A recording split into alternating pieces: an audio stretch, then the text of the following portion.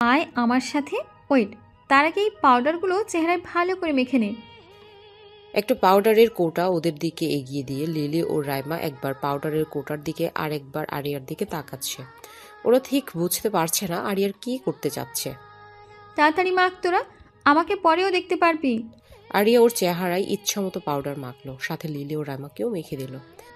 এবার আমাদেরও দেখলে কেউ চিনতে পারবে না, আমরা এখন ভ্যাম্পায়ার কুইন হয়ে গেছি। সব মাথার উপর দিয়ে যাচ্ছে। একটু পর পায়ের নিচ দিয়ে যাবে, ওয়েট কর। আরিয়া রাস্তা দিয়ে হাঁটা ধরলো। লিলি ও রাইমা আরিয়ার পিছন পিছন হাঁটতে লাগলো। শুনশান রাস্তা, একদম নীরব, নেই কোনো মানুষের আনাগোনা। ওরা তিনজন ওদের বাসা থেকে প্রায় অনেকটা পথ হেঁটে এসেছে। এবার লিলি ও রাইমা সামনের চার চার থেকে পাঁচজন বখাটে ছেলেদের দেখতে পেল। আরিয়া, সামনে ওই ছেলেগুলো। ভূতের মতো অ্যাক্টিং কর, আর ঠোঁটে এই টমেটো সস মেখে নে। চুলগুলো চেহারার সামনে এনে রাখ, ওরা দেখলে যাতে মনে করে আমরা ভূত। ওকে লিলি, রাইমা, ওকে। আর ভয় পাবি না, মনে সাহস রাখ। হুম। আরিয়া ওই ছেলেদের মধ্যে একজনের নাম ধরে ভূতের মতো করে ডাক দিল, জাহিদ, জাহিদ। ছেলে কয়েকজন সামনে তাকিয়ে দেখলো তিনটা মেয়ে দাঁড়িয়ে আছে। চুলগুলো চেহারার উপরে এলোমেলো হয়ে পড়ে আছে, চেহারাটা বেশ ভয়ঙ্কর। রাফিন, সামনে দেখ, ভূত। ভূত বলেই অট্ট হাসিতে ফেটে পড়ল বাকি কয়েকজন। হাসি থামিয়ে রাফিন নামের ছেলেটি বলে উঠল, এতদিন এখানে বসে আড্ডা দিচ্ছি, কোনোদিন ভূতের বাবাকেও দেখলাম না, আর আজ ভূতের মেয়েরা চলে এসেছে। দাঁড়া, আমি ভূতের মেয়েদের কাছে গিয়ে একটা কিস নিয়ে আসি, তোরা এইখানে দাঁড়িয়ে দেখ। বলেই ভাব নিয়ে ওদের কাছে যেতে লাগলো। ওরা তিনজন ঠিক একইভাবে দাঁড়িয়ে আছে। রাফিন ওদের সামনে এসে ভাব নিয়ে বলতে লাগলো, ওরা তিনজন ঠিক একইভাবে দাঁড়িয়ে আছে। রাফিন ওদের সামনে এসে ভাব নিয়ে বলতে লাগলো, এই যে ভূতের রানী, আমাকে একটা কিস দাও, বেশি না, 20 টাকা দিব। আরিয়া, লিলি, রাইমা চুপ করে মাথা নিচু করে দাঁড়িয়ে আছে। রাফিনের কথা শুনে আরিয়ার ভীষণ রাগ হচ্ছে। আর এত লজ্জা পাবার কি আছে, দাও না একটা কিস। আরিয়া রাগী কণ্ঠে ভূতের মতো ফোঁস ফোঁস আওয়াজ করে বলল, কি চাই তোর? বয়রা নাকি, একটা কথা কয়বার বলা লাগে? হ্যাঁ, কতক্ষণ ধরে বলতেছে একটা কিস দিতে, আর এখন বলে কিস চাই তোর। কিস দে শালিটা। এই নে তোর কেস। বলেই ওর সর্বশক্তি দিয়ে রাফিনের গালে ঠাস করে চর বসিয়ে দিল। চরের মাত্রা এতটা জোরে ছিল যার কারণে রাফিন কাত হয়ে মাটিতে পড়ে যায়। রাফিন মাটিতে পড়ে যাওয়ার সাথে সাথে আরিয়া রাফিনের গায়ের উপর জোরে বসে। পিছনে রাফিনের বন্ধুরা ঘটনার আকস্মিকতায় নিজেরাই কিছু বুঝে উঠতে পারছে না, বোকার মতো রাফিনের দিকে তাকিয়ে আছে। আরিয়া রাফিনের বুকের উপর জোরে বসে রাফিনের শার্টের কলার জোরে চেপে ধরে রাফিনকে জোরে জোরে ঝাঁকাতে লাগলো। ঝাঁকির কারণে রাফিন পাকাতে বারবার মাথায় বাড়ি খাচ্ছে। কিস চাই তোর, তাই না? দাঁড়া, তোকে আজ এমন কিস দেবো। রাগী গভীর কণ্ঠে কথাগুলো বলে শার্টের কলার ধরে ইচ্ছামতো চর ধপাধপ রাফির গালে চালাচ্ছে। রাফিনের বন্ধুরা এই দৃশ্য দেখে ভয়ে কাচুমাচু হয়ে দাঁড়িয়ে আছে। ওরা ভালো করেই বুঝতে পেরেছে ওরা তিনজন মানুষ না, ভূত। অনেকক্ষণ চর দেওয়ার পর আরিয়া রাফিনের শার্টের কলার ধরে জাকাতে জাকাতেই বলল, রাস্তায় মেয়েদের বাজে কথা বলবি আর টিস করবি, খারাপ নজরে দেখবি, বল। রাফিন চর খেয়ে নাজেহাল অবস্থা, তার উপর ঝাঁকুনি খেয়ে ছেঁড়া বেড়া করুণ অবস্থা হয়ে যায় ওর। ভয়ে ভয়ে কাপা কাপা কণ্ঠে বলল, না না না, ভূতাপা, আর কোনোদিন রাস্তায় মেয়েদের টিস করুন না, খারাপ নজরে তাকাবো না, দয়া করে এবারের মতো ছেড়ে দেন। মনে থাকবে। হ হ হ, ভূতাপা। এবার আরিয়া ঘাড় ঘুরিয়ে সামনে থাকা রাফিনের বন্ধুদের দিকে তীক্ষ্ণ দৃষ্টিতে তাকায়। এভাবে তাকাতে দেখে রাফিনের বন্ধুরা এক একটা খিচ্ছা দৌড়, না জানে ওদেরও এমন হাল করে দেয় এই ভয়ে। আরিয়া রাফিনের গায়ের উপর থেকে উঠে দাঁড়ায়, রাগী কণ্ঠে হাতের ইশারা দিয়ে দেখিয়ে বলল, এখান থেকে এক দৌড়ে চলে যাবি, পেছনের দিকে ঘুরে তাকালে ঘাড় মুটকে দিব। রাফিন কথাটা শোনা মাত্রই ওর বন্ধুদের মতো খিচ্চা এক দৌড়। ভয়ে সাহস করে পিছনের দিকে ঘুরে তাকালো না। লিলি ও রাইমা এক একজন আরেকজনের দিকে তাকে হো হো করে হেসে দেয়। আরিয়া ওর ডান হাত বাম হাত মসরাতে লাগলো। লিলি হাসি থামিয়ে বলল, এই ছিল তোর মনে আরিয়া? সেই সকালের প্রতিশোধ এখন নিলি? বাহ। হ্যাঁ, ওরা প্রতিদিন মেয়েদের সাথে বাজে ব্যবহার করে, আর আজকে আমাদের সাথেই করেছে, তাই জনমের মতো শিক্ষা দিয়ে এলাম। ও হাতে ব্যথা পেয়েছি মারাত্মকভাবে। চরগুলো তো বেশ জোরে জোরে দিয়েছিলি, তাই হাতে ব্যথা পেয়েছিস। হ্যাঁ বেশ, না বল, অনেক জোর দিয়েছে। ইস, এরকম একটা চড় দিয়ে ওই আমসত্ত্বটাকে কি দিতে পারতাম? রাইমা ও লিলি আরিয়ার দিকে কিছুটা রাগে চোখে তাকিয়ে আছে। আরিয়া ওদের চেহারা দেখে বুঝে যায় এই কথাটা শুনে ওরা কিছুটা রাগ করেছে। আমি বুঝি না, ওই আমসত্ত্বটার কথা বললেই তোদের এত জলে কেন? ভালো টালোবাসিস নাকি তোরা? ভালোবাসলে তোর কি? তুই এইভাবে আর বলবি না, বিদ্যুৎকে আমার ভালো লাগে। তো জানা গিয়ে বিস্কুটের গলায় ঝুলে পড়। পারলে চিঠি পড়তাম। পারবি না যখন তখন বলিস কেন? শালা একটা ক্রিমিনাল। ব্যাস থাম, এখন বাসায় চল, আমার প্রচণ্ড ঘুম পাচ্ছে। চল। ওরা তিনজন বাসার দিকে হাঁটা ধরলো, যে যার বাসায় গিয়ে শুয়ে পড়লো। এত বড় কাণ্ড করে এসেছে সেটা ওদের পরিবারের কেউ টেরই পায়নি। এবার আসি আসল কথায়। ওই বখাটে ছেলে কজন প্রতিদিন রাস্তায় মেয়েদের দেখলে আজে বাজে কথা বলে এবং খারাপ দৃষ্টিতে তাকায়। এটা ওদের রোজগার রুটিন। আজকে আরিয়া, লিলির, রাইমা কলেজ থেকে ফেরার পথে বখাটে ছেলে কয়জন ওদের সাথে খারাপ ব্যবহার করে এবং কুনজরে তাকায়। লিলির, রাইমা এটা মেনে নিতে পারলেও আরিয়া মেনে নিতে পারেনি। তাই আরিয়া ভূত সেজে ওদেরকে উচিত শিক্ষা দিয়েছে। সকালে ক্লাসে বসে আছে ওরা তিনজন। আরিয়া স্যারের ছবি আঁকতে ব্যস্ত। স্যার পড়ার বিষয়ে কথা বলছে, সেটা আরিয়ার কানেই যাচ্ছে না। আরিয়া ওর মতো করে স্যারের ছবি এঁকেই যাচ্ছে। আরিয়া ছবি আঁকা শেষ করে পিছনের দিকে ঘুরে কেয়া ও তানজিলা নামের মেয়ে দুটোকে দাগ দিয়ে খাতাটা ওদের সামনে ধরল। কেয়া ও তানজিলা খাতাতে আঁকা স্যারের ছবিটা দেখে উচ্চ স্বরে হো হো করে হেসে দিল। কেয়া ও তানজিলার হাসির শব্দ সবাই শুনতে পেয়েছে। স্যার সহ সব ছাত্রছাত্রীরা কেয়া ও তানজিলার দিকে তাকিয়ে আছে। হঠাৎ করে হেসে ওঠার কারণটা বোঝার চেষ্টা করছে সবাই। আরিয়া সবার দিকে তাকিয়ে দেখে সবাই ওদের দিকে তাকিয়ে আছে, তাই আস্তে করে খাতাটা ব্যাগের ভিতর ঢুকিয়ে রেখে ভেজা বিড়ালের মতো বসে থাকে। মনে হচ্ছে আরিয়া কিছুই করেনি। স্যার রাগী গলায় কেয়া ও তানজিলাকে ডাক দিয়ে দাঁড়াতে বলে। কেয়া ও তানজিলার এতক্ষণ পর হুঁশ আসে ওরা কি করেছে। চুপচাপ দাঁড়িয়ে যায়। স্যার ওদের হাসির কারণ জিজ্ঞাসা করলে কেয়া আরিয়ার দিকে দেখিয়ে বলে ওর আঁকা সেই ছবিটার কথা। স্যার এবার আরিয়াকে ডাক দিয়ে দাঁড় করিয়ে জিজ্ঞেস করলে আরিয়া বলে দেয় ও কিছুই দেখায়নি। এমনভাবে বলে আরিয়া যেটা স্যার বিশ্বাস করে নেয়। কেয়া ও তানজিলা অবাক হয়ে গেছে। খাড়ার উপরে দাহা মিথ্যা কথা কিভাবে বলল আরিয়া, এটাই ভাবছে। স্যার ওদেরকে ক্লাসের বাহিরে কান ধরে দাঁড় করায়। স্যার ওদের দুজনকে বলে দেয় সব ক্লাস শেষ হওয়া আগ পর্যন্ত ওদের কান ধরে দাঁড়িয়ে থাকতে হবে। আরিয়া এটা শুনে মনে মনে ডেবিল মার্কা হাসি দিল। লিলি ও রাইমার চোখ স্থির আরিয়ার উপর। ক্লাস শেষ। আরিয়া ক্লাসের বাইরে বের হয়ে কেয়া ও তানজিলার উদ্দেশ্যে বলল, আমার সাথে পাঙ্গা নিলে একদম করুণ হাল করে দিব। আজকে তো ক্লাসের বাইরে দাঁড় করিয়েছি, পরের বার মাঠে কান ধরে দাঁড় করাবো। বলেই ভাব নিয়ে চলে যায় কেয়া ও তানজিলা। রাগী দৃষ্টিতে তাকিয়ে আছে আরিয়ার যাওয়ার দিকে।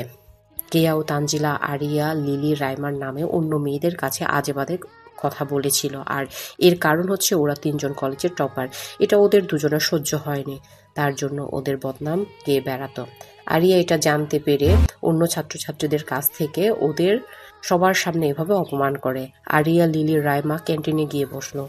কোর্ট থেকে হাস্যোজ্জ্বল চেহারা নিয়ে বের হচ্ছে বিদ্যুৎ। আজকের কেসটাও জিতে গিয়েছে। খান সাহেব ধন্যবাদ বলে বিদ্যুতের হাতে হাত মিলালো। বিদ্যুৎ খান সাহেবের সাথে কিছুক্ষণ কথা বলে গাড়িতে উঠে বসলো। অপর পাশে বসা ছিল রবিন, মুখ গোমড়া করে বসে আছে। 10 বছর থেকে এভাবে সত্যকে ধামাচাপা দিয়ে মিথ্যেকে জিতিয়ে আসছে বিদ্যুৎ, সেটা রবিন মুখ বুঝে দেখে যাচ্ছে। মুখ বুঝে দেখা ছাড়া রবিনের যে আর কিছুই করার নেই। বিদ্যুৎ ল্যাপটপ নিয়ে ব্যস্ত। রবিন বিদ্যুতের দিকে করুণ চোখে তাকিয়ে আছে। বিদ্যুৎ ঠিক বুঝতে পেরেছে রবিন ওর দিকে তাকিয়ে আছে। বিদ্যুৎ কিছুটা রাগী ভাব নিয়ে বলে উঠল, এনিথিং রং? হঠাৎ বিদ্যুতের এমন প্রশ্নে রবিন হকচকিয়ে উঠে বলল, না না স্যার। গুড। কিছুক্ষণ পর বাসায় পৌঁছে যায় বিদ্যুৎ। ল্যাপটপ বিছানার উপর রেখে ফ্রেশ হওয়ার জন্য ওয়াশরুমে চলে যায়। বিকালে লিলি, রাইমা আরিয়াদের বাসায় আসে। আরিয়া লিলি ও রাইমাকে নিয়ে শপিং করার জন্য শপিং মলে যায়। আরিয়া কিছুক্ষণ এটা ওটা দেখার পর একটা টপ হাতে নিয়ে বলল, তোরা দুজন এখানে দাঁড়া, আমি চেঞ্জিং রুমে গিয়ে টপটা পরে দেখে আসি কেমন। তাড়াতাড়ি আসিস কিন্তু।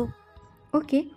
আরিয়া চেঞ্জিং রুমে ঢুকে দরজা বন্ধ করে টপটা পাশের চেয়ারে রেখে ফোন বের করে অন্য সিম ফোনে ঢুকিয়ে বিদ্যুতের নাম্বারে কল দেয়। আরিয়ার বুকের মধ্যে ধুক ধুক করছে, হালকা ভয় অনুভব করছে আরিয়া। তারপরও প্রতিশোধ না নিয়ে দমে যাবে না আরিয়া। একবার কল কেটে যাবার পর আরিয়া আবার কল দেয়। এবার ফোন রিসিভ করেছে। আরিয়া নিজেকে শান্ত করে জোরে জোরে বলে উঠল, বিস্কুট আমসত্ত্ব চেনাচুরের বাচ্চা, থাবড়াইয়া কর্ম আলু ভর্তা। শালা তুই একটা কালা হাতি, কালো কোড়া, কালা মশা, কালা কুত্তা, কালা গরু, কালা বাঁদর, কালা বিড়াল, কালা জুতা, কালা চশমা, কালায় কালায় কালো কি তুই। এক নিঃশ্বাসে বলে ঠাস করে ফোন কেটে দিল। তাড়াতাড়ি করে ফোন থেকে সিমটা বের করে ভেঙে ময়লার বালতিতে ফেলে দেয়। আরিয়া এবার বুকে হাত দিয়ে জোরে জোরে নিঃশ্বাস নিতে লাগলো। বুকের মধ্যে ধুকপুকানি কিছুটা কমে গেছে। নিজেকে যথেষ্ট শান্ত করে জামাটা নিয়ে বের হলো চেঞ্জিং রুম থেকে। লিলি, রাইমা, তাড়াতাড়ি আয় আমার সাথে। আরে দাঁড়া, কোথায় যাচ্ছিস? আমার পিছন পিছন আয়, কথা কম বল। চাবিটা কোথায়? কিছুই তো কিনলি না। আরিয়া ওদের কথায় পাত্তা না দিয়ে শপিং মলের বাইরে চলে এলো। আরিয়ার সাথে সাথে লিলি ও রাইমা বাহিরে চলে এলো। আরিয়া একটা কফি শপের ভিতরে ঢুকলো। একটা টেবিলে গিয়ে বসে পড়লো আরিয়া। লিলি ও রাইমা আরিয়ার অপর পাশের 2 চেয়ারে বসে পড়লো। আরিয়া, কি হয়েছে বলবি তো নাকি? কিছু বলছিস না কেন? বিদ্যুৎকে কল দিয়েছিলাম চেঞ্জিং রুমে বসে। এই কথা শুনেই ওরা হা করে তাকিয়ে আছে আরিয়ার দিকে। বিদ্যুৎ হাউস। বিদ্যুৎ কফি খাচ্ছে আর ল্যাপটপ অন করে কাজ করছে। হুট করে ফোন বেজে উঠাতে ফোনের স্ক্রিনে তাকিয়ে দেখে অচেনা নাম্বার। তাই ফোন রিসিভ না করে আবারও কাজে মন দিল।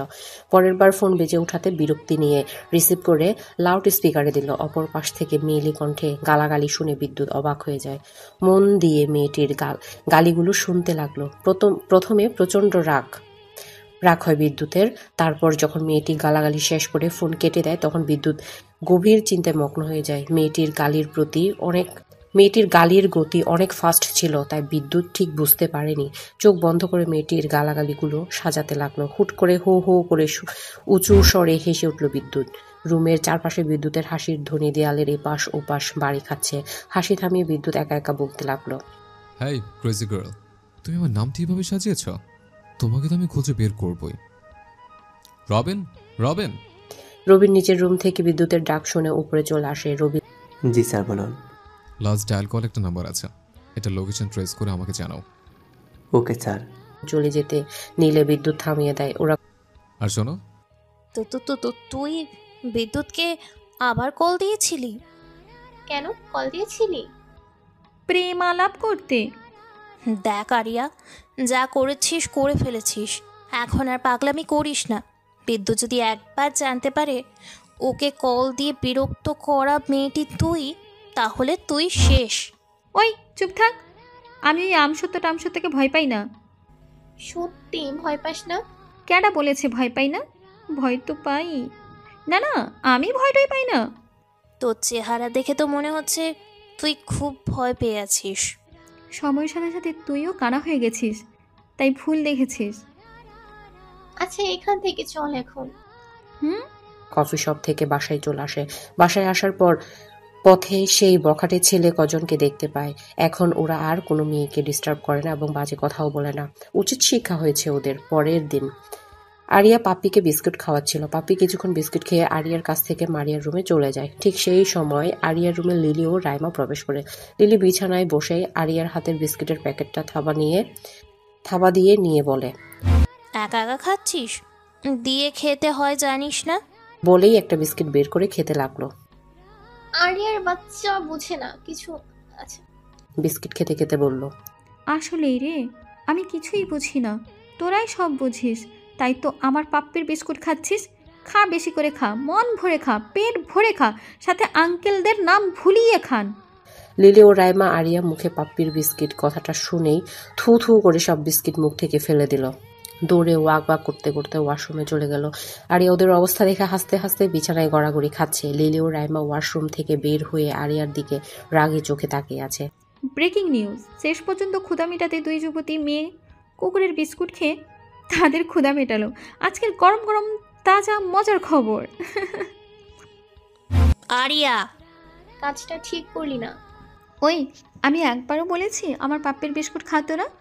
আমার হাত থেকে ধুম করে থাবা দিয়ে নিয়ে পটপট করে খেয়ে গিলে ফেলেছিস। এতে আমার দোষ কোথায়? তুই বলিসনি কেন এটা তোর পাপ্পের বিস্কুট? বলার সুযোগ দিয়েছিস, তার আগেই তো গপাগপ খাচ্ছিলি। তোর দোষ সব। আচ্ছা আচ্ছা, বস এখানে, আর রাগিস না। তোদের একটা কবিতা শোনাই, আমি লিখছি। ভাবছি এই কবিতাটা আমি পেপারে দিব। কি কবিতা বল তো শুনি। বল। ওকে। একটা ছাগল ছানার বড্ড পানি তেষ্টা পেয়েছে। ছাগল ছানাটি এদিক সেদিক পানি খুঁজছে, এদিক সেদিক পানি খুঁজছে, এদিক সেদিন। এদিক সেদিক পানি খুঁজছে, এদিক সেদিক পানি খুঁজছে, হঠাৎ পুকুর পাড়ে গিয়ে পানি খেয়ে বাসায় চলে গেছে। সেই না কবিতাটা?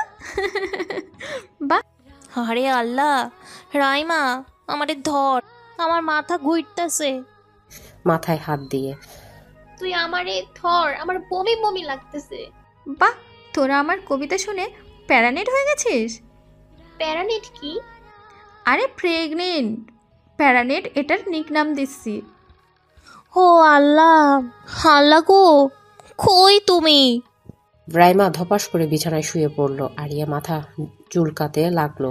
বিদ্যুৎ রাসেল খানের বাড়িতে এসেছে।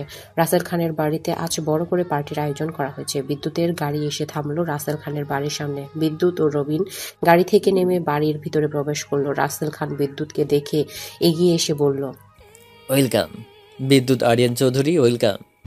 বিদ্যুৎ রাসেল খানের সামনে এসে হ্যান্ডশেক করলো। রাসেল খান বিদ্যুৎকে ভিতরে নিয়ে গেল। একটা টেবিলে দুজন বসে আলাপ করতে লাগলো।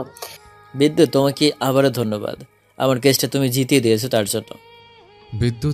বিদ্যুতের মতোই কাজ করে। হেরে যাও বিদ্যুতের রুটিনে নেই। I like your attitude. কী খাবে বলো? ড্রিঙ্ক। ওয়েটার, ড্রিঙ্ক দাও ওই টেবিলে। আবারও কথার মাঝে ব্যস্ত হয়ে পড়ল। হুট করে বিদ্যুতের ফোন বেজে ওঠে। বিদ্যুৎ কথার মাঝে খেয়াল করেনি যে ওর ফোন বাজছে। কিছুক্ষণ পর আবার ফোন বেজে উঠল। এবার বিদ্যুৎ ফোনের দিকে তাকিয়ে অচেনা নাম্বার দেখে বাঁকা হাসি দিল। বিদ্যুৎ রাসেল খানের উদ্দেশ্য করে বলল, জাস্ট এ মিনিট। শিওর। বিদ্যুৎ পার্টি থেকে করিডোরে যাওয়ার সময় রবিনকে ইশারা করে কিছু একটা বলে চলে আসে। ফোন রিসিভ করে কানে ধরার সাথে সাথে অপর পাশ থেকে বলা কথাগুলো শুনে বিদ্যুৎ মুচকে হাসলো। ফোন কেটে দেওয়ার পর বিদ্যুৎ কান থেকে ফোন সরিয়ে বাঁকা হেসে ফোনের দিকে তাকিয়ে আছে। তারপর করিডোর থেকে পার্টিতে চলে যায়। এদিকে আরিয়া কোচিং সেন্টারে এসেছে, সাথে লিলি ও রাইমা আছে। স্যারের আসতে দেরি হচ্ছে দেখে আরিয়া লিলি ও রাইমাকে বলে ছাদে চলে আসে। ছাদে এসে বিদ্যুতের নাম্বারে কল দেয়। প্রথমবার ধরেনি। আরিয়া বিরক্তি নিয়ে দ্বিতীয়বার কল দেয়। এবার বিদ্যুৎ ফোন ধরার সাথে সাথে আরিয়া জানতে শুরু করে। এদিকে আরিয়া কোচিং সেন্টারে এসেছে, সাথে লিলি ও রাইমাও আছে। স্যারের আসতে দেরি হচ্ছে দেখে আরিয়া লিলি ও রাইমাকে বলে ছাদে চলে আসে। ছাদে এসেই বিদ্যুতের নাম্বারে কল দেয়। প্রথমবার ধরেনি। আরিয়া বিরক্তি নিয়ে দ্বিতীয়বার কল দেয়। এবার বিদ্যুৎ ফোন ধরার সাথে সাথে আরিয়া ঝাড়তে শুরু করে। ওই, আমি তোর বউ লাগি যে তোকে বারবার কল দিব? একবার কল দিলে রিসিভ করতে পারিস না? পরের বার এমন ভুল করলে থাবড়াইয়া তোর নানা বাড়ির রাস্তা ভুলিয়ে দিব। শালা পচা আমসত্ব। টু টু টু ঝাড়ি দেবার সাথে সাথে ফোন কেটে সিম বের করে ভেঙে ফেললো। বড় একটা নিঃশ্বাস নিয়ে পিছনে ঘুরতেই লিলি ও রাইমাকে দাঁড়িয়ে থাকতে দেখতে পেল। লিলি কিছুটা গম্ভীর মুখ নিয়ে বলল, কি কথা বলা শেষ? নাকি আরো বাকি আছে? না, আর বাকি নেই, কথা বলা শেষ। মুখ নিয়ে বলে নিচে নামতে নিলে লিলি আরিয়ার এক হাত ধরে বলল, শনি আর কাঁধে নিস না আরিয়া, তোর কপালে শনি আছে দেখে নিস। হাত ছাড়। হাত ছাড়িয়ে নিল।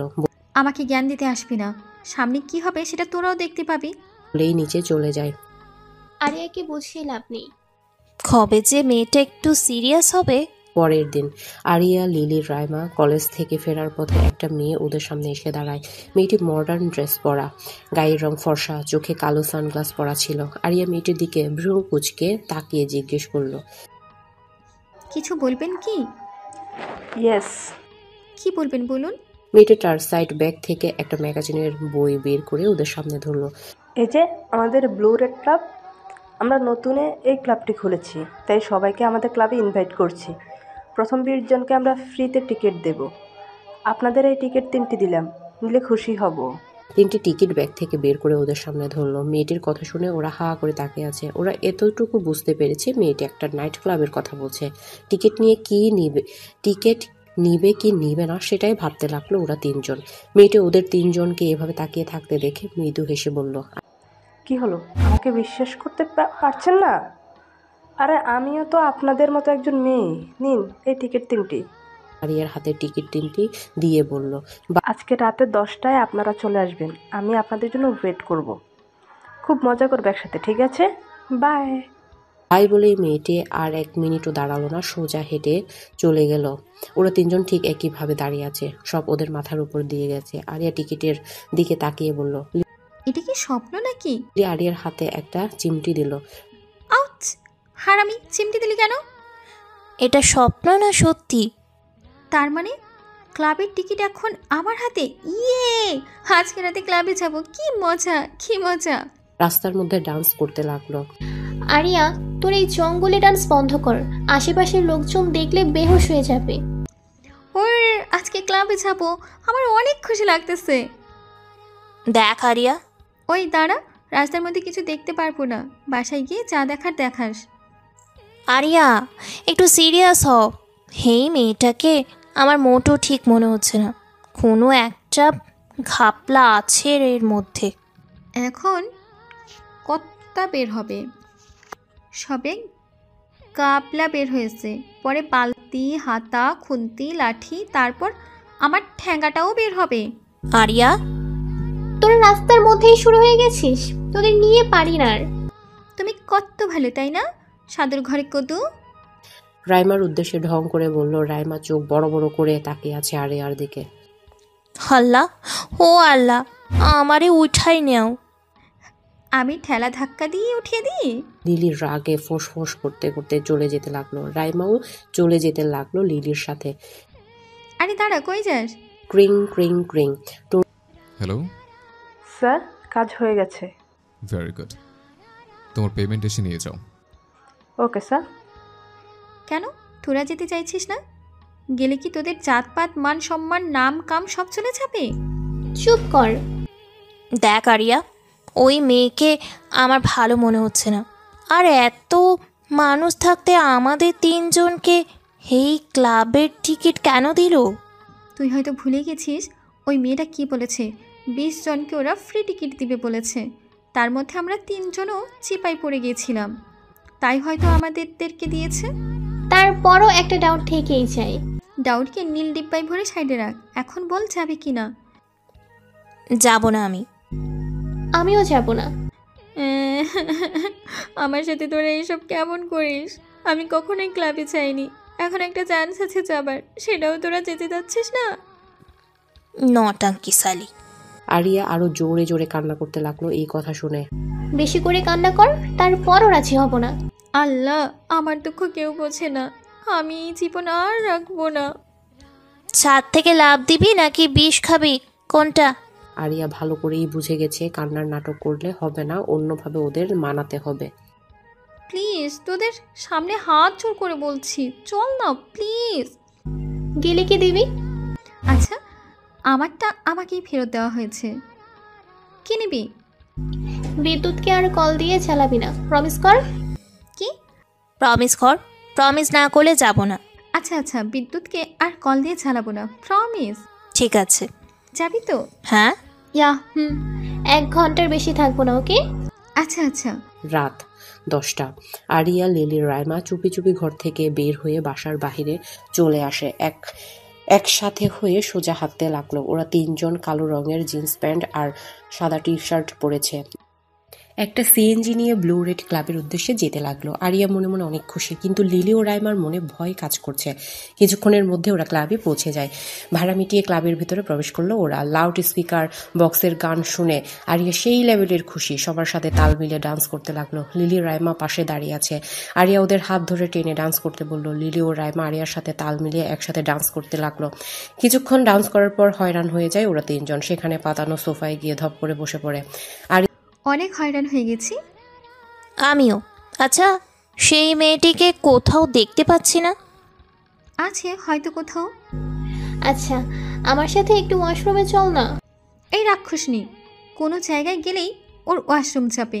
কেন রে, বাসা থেকে ওয়াশরুমের কাজটা ভালো করে সেরে আসতে পারিস না? বদ অভ্যাস একটা। তোরা 2 জন আমার সাথে এমন করছিস কেন? মনে হচ্ছে আমি ইচ্ছে করি ওয়াশরুমে যাই। তা নয় তো কি, তোকে কেউ টেনে নিয়ে যায়?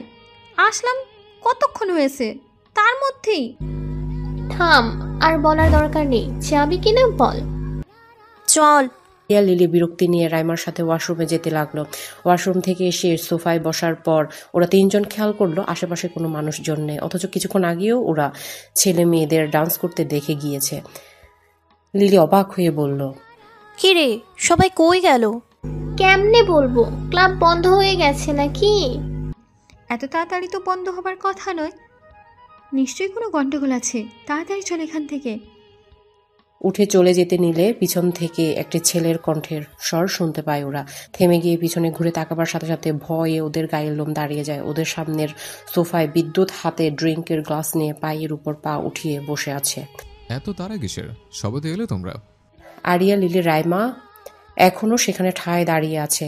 ভয়ে গেট খুলে বের হওয়ার সাহসও পাচ্ছে না। বিদ্যুৎ রবিনকে চোখের ইশারা করার সাথে সাথে লিলি ও রাইমাকে জোর করে ক্লাবের অন্য একটা রুমে নিয়ে যেতে লাগলো। আরিয়া অনেকবার বাধা দিতে গিয়েও বাধা দিতে পারেনি বিদ্যুতের ভয়ে। বিদ্যুৎ ও আরিয়া একা আছে হল রুমে। বিদ্যুতের ভয়ে আরিয়ার কলিজার পানি শুকিয়ে গেছে। চুপচাপ মাথা নিচু করে পাথরের মতো দাঁড়িয়ে আছে। হাই আবিয়া নূর, এখানে এসে বসো। আরিয়া ঠিক আগের মতো দাঁড়িয়ে আছে। আরিয়া এটা বুঝতে পারছে না বিদ্যুৎ ওর নাম কি করে জানলো, বিদ্যুৎ ওকে কিভাবে চিনল। আরিয়াকে চুপ করে থাকতে দেখে বিদ্যুৎ একটা রাগে কণ্ঠে বলে উঠল, আরিয়া বসো বলছে। আরিয়া ধীরে পায়ে হেঁটে বিদ্যুতের অপর পাশের সোফায় বসে পড়ল। বিদ্যুৎ কিছুটা মৃদু হেসে বলল, সো আরিয়া, এটাই ভাবছো আমি তোমার নাম কি করে জানলাম আর আমি এই ক্লাবে কি করে আসলাম? ওয়েট, আমি তোমার ডাউট ক্লিয়ার করে দিচ্ছি। আরিয়া ঠিক আগের মতোই বসে আছে মাথা নিচু করে। প্রথমত, ক্লাবে আসার জন্য যে ফাঁদটা আমি পেতেছিলাম, তুমি সেই ফাঁদে পা দিয়েছ। ওই মেয়েটা আমার কথায় তোমাদেরকে টিকিট দিয়েছিল। ডাউট নাম্বার 2, তুমি সেই মেয়ে যে আমাকে রোজ কল দিয়ে গালাগালি করতো, ঝাড়ি দিয়ে কথা বলতো।